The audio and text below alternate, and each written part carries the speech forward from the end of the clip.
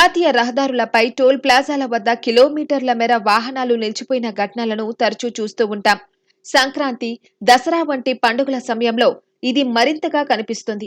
మరీ ముఖ్యంగా తెలుగు రాష్ట్రాల్లో హైదరాబాద్, విజయవాడ జాతీయ రహదారిపై ఉన్న పతంగి టోల్ ప్లాజా వద్ద కిలోమీటర్ల మేర వాహనాలు నిలిచిపోయిన దృశ్యాలు ఎప్పుడూ వీడియోలో కనిపిస్తూ ఉంటాయి.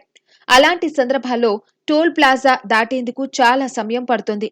కానీ టోల్ ప్లాజాల వద్ద నిర్ణీత సమయం కంటే ఎక్కువసేపు వాహనాలు వేచి ఉండాల్సి వచ్చినా, నిర్ణీత దూరం కంటే ఎక్కువ దూరం వాహనాల క్యూ ఉన్నా టోల్ ఫీజు కట్టాల్సిన అవసరం లేదని మీకు తెలుసా?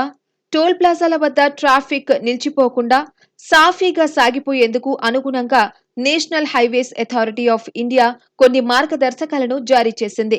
టోల్ బూత్ వద్ద 10 సెకండ్ల కంటే ఎక్కువ సమయం వేచి ఉండాల్సి వచ్చినా, టోల్ బూత్ నుంచి 100 మీటర్ల కంటే ఎక్కువ దూరం ట్రాఫిక్ నిలిచిపోయినా టోల్ ఫీజు చెల్లించాల్సిన అవసరం లేకుండానే వాహనాలు వెళ్లేందుకు అనుమతించాలని ఎన్హెచ్ఏఐ తన మార్గదర్శకాల్లో పేర్కొంది.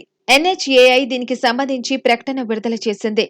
టోల్ ప్లాజాల వద్ద కనీస నిరీక్షణ సమయాన్ని నిర్ధారిస్తూ ఎన్హెచ్ఏఐ మార్గదర్శకాలను జారీ చేసింది.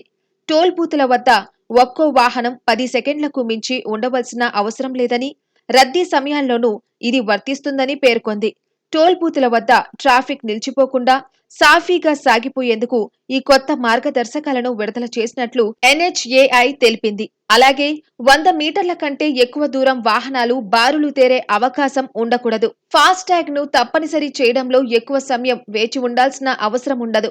ఒకవేళ 100 మీటర్ల కంటే ఎక్కువ దూరం వాహనాలు నిలిచిపోతే వాహనాల క్యూ 100 మీటర్ల లోపునకు వచ్చేంత వరకు ముందున్న వాహనాలను టోల్ ఫీజు లేకుండానే వదిలేయాలని పేర్కొంది. టోల్ ఫీజు నుంచి 20 కిలోమీటర్ల పరిధిలోని ప్రాంతవాసులకు టోల్ ఫీజులో రాయితీ కల్పిస్తారు. జాతీయ రహదారిపై రాకపోకలు సాగేందుకు స్వల్ప ఫీజుతోనే వారికి నెలవారీ పాసులు మంజూరు చేస్తారు.